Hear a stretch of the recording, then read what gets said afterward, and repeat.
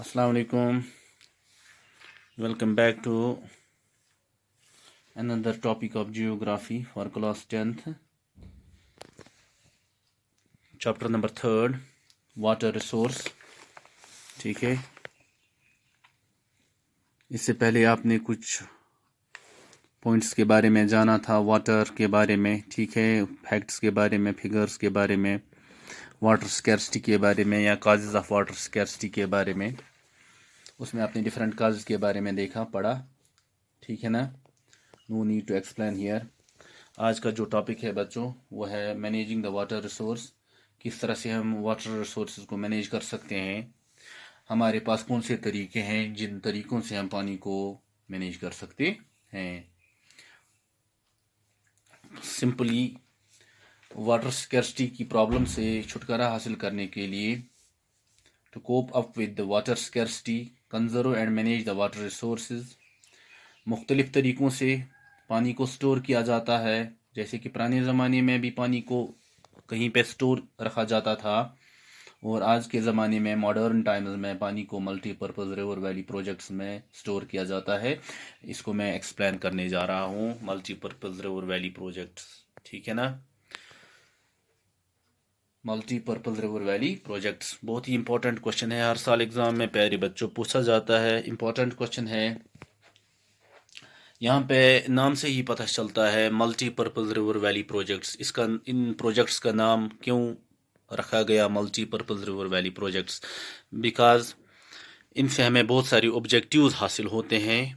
बहुत सारे ऑब्जेक्टिव्स हासिल होते हैं, इसलिए हम इन्हें क्या कहते हैं, मल्टीपर्पज़ रिवर वैली प्रोजेक्ट्स कहते हैं. जो मल्टीपर्पज़ रिवर वैली प्रोजेक्ट्स होते हैं डियर स्टूडेंट्स, ये क्या होते हैं? ये हाइड्रोलिक स्ट्रक्चर्स होते हैं.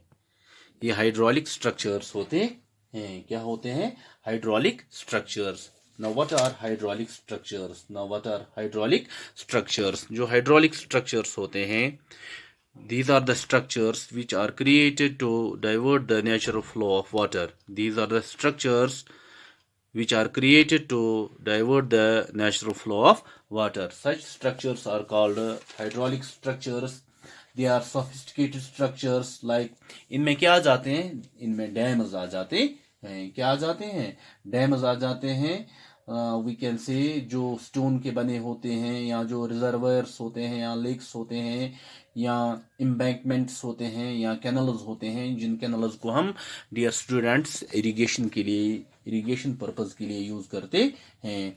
जहाँ तक मल्टीपर्पज़ प्रोजेक्ट्स का ताल्लुक है, इनको लॉन्च किया गया आज़ादी के बाद in order to develop the proper management of water resource by storing river water for many purposes.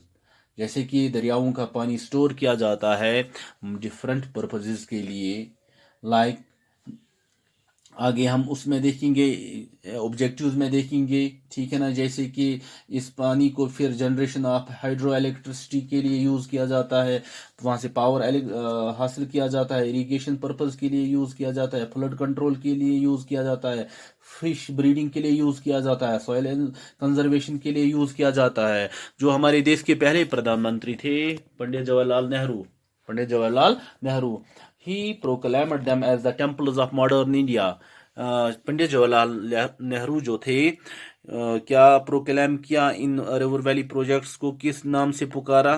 Temples of the modern India. यहाँ पे सवाल पैदा होता है कि उसने इनको क्यों नाम दिया the temples of modern India?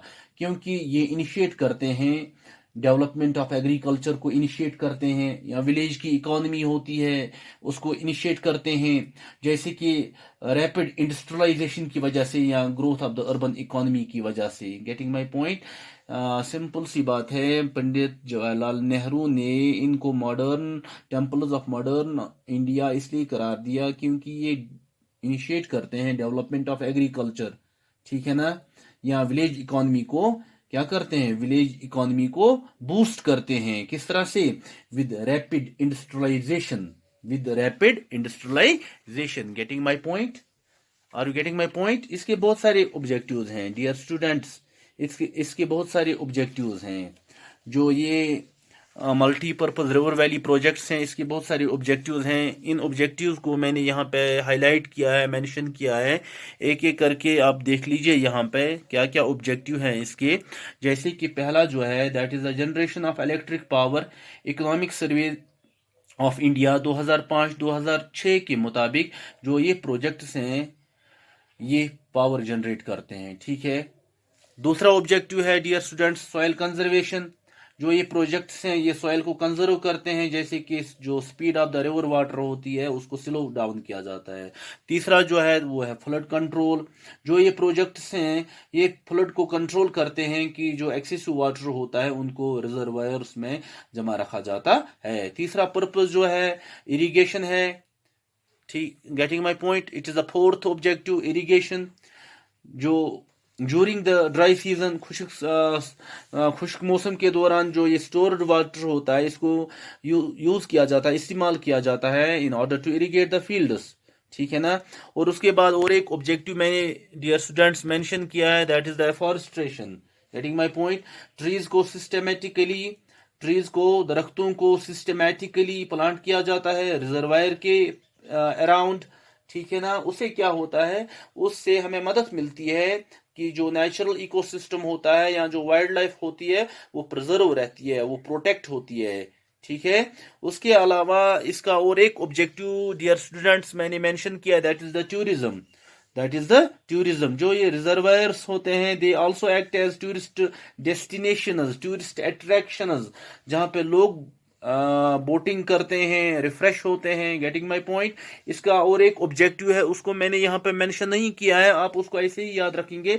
Fisheries purpose के लिए भी इसको इस्तेमाल किया जाता है। जो ये प्रोजेक्ट्स होते हैं ये प्रोवाइड करते हैं कंट्रोल्ड कंडीशन, किस चीज के लिए, किस क्या प्रोवाइड करते हैं, ये कंट्रोल्ड कंडीशन प्रोवाइड करते हैं फिश ब्रीडिंग के लिए और the breeding of fish.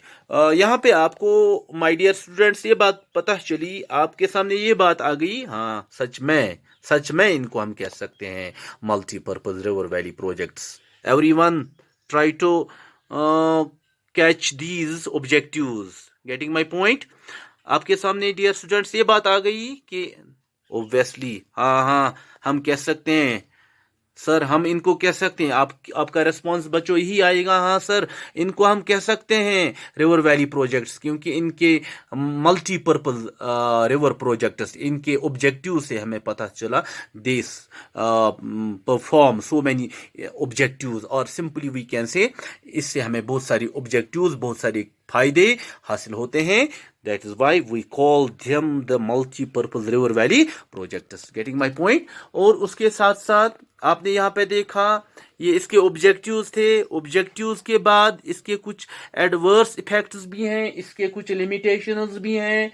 Getting my point. जो ये प्रोजेक्ट्स हैं इनके बहुत सारे एडवर्स इफेक्ट्स भी हैं, लिमिटेशंस हैं, लाइक उनको मैंने यहाँ पे डियर स्टूडेंट्स मेंशन किया है, जैसे कि इम्पैक्ट ऑन द सोसाइटी। इसका इम्पैक्ट रहता है सोसाइटी के ऊपर कि सिंपल, अगर आप इस बात को एक्सप्लेन खुद भी कर सकते हैं, खुद आप इसके ऊपर गौर फिक्र कर सकते हैं कि किस तरह से इम्पैक्ट रहता है सोसाइटी के ऊपर। मैं थोड़ा सा यहाँ पे बताने जा रहा हूँ। जो ये लार्ज रिवर प्रोजेक्ट्स होते हैं ये क्या कॉज करते हैं, लार्ज स्केल डिस्प्लेसमेंट।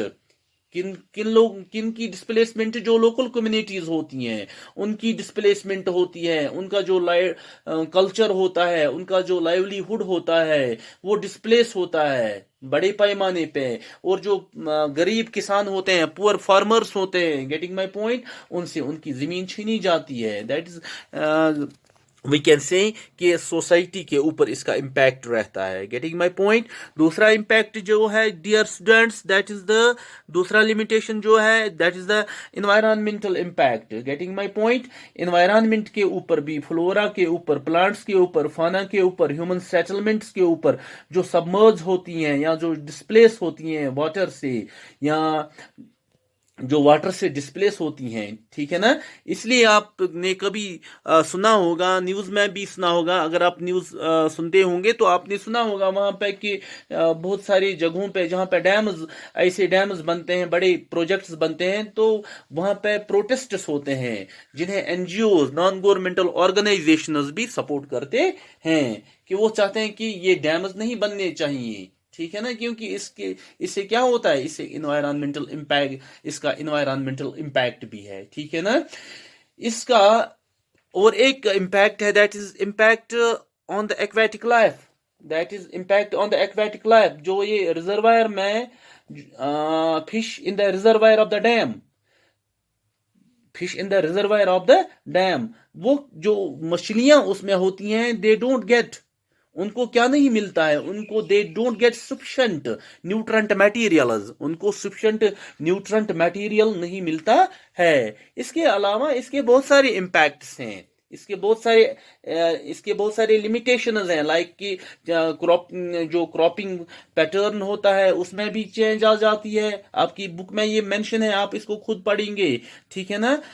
कौन सा पॉइंट मैंने यहाँ पे मेंशन किया, कौन सा एडवर्स इम्पैक्ट, उसको मैंने यहाँ पे बोर्ड पे हाईलाइट नहीं किया है, मगर उसको आप याद रखेंगे। वो क्या है, that is change in the cropping pattern, change in the cropping pattern. इसके अलावा जो सॉइल होती है, सॉइल की जो फर्टिलिटी होती है, उसके ऊपर भी इफेक्ट रहता है, उसके ऊपर भी क्या रहता है, उसके ऊपर भी इफेक्ट रहता है। So we can say these are the limitations of multipurpose river valley projects. इसके बाद और कुछ सब टॉपिक्स हैं इस चैप्टर में, तो इंशाल्लाह नेक्स्ट वाले लेक्चर्स में हम उन टॉपिक्स पे थोड़ा सा डिस्कस करेंगे। तब तक good bye, thank you very much.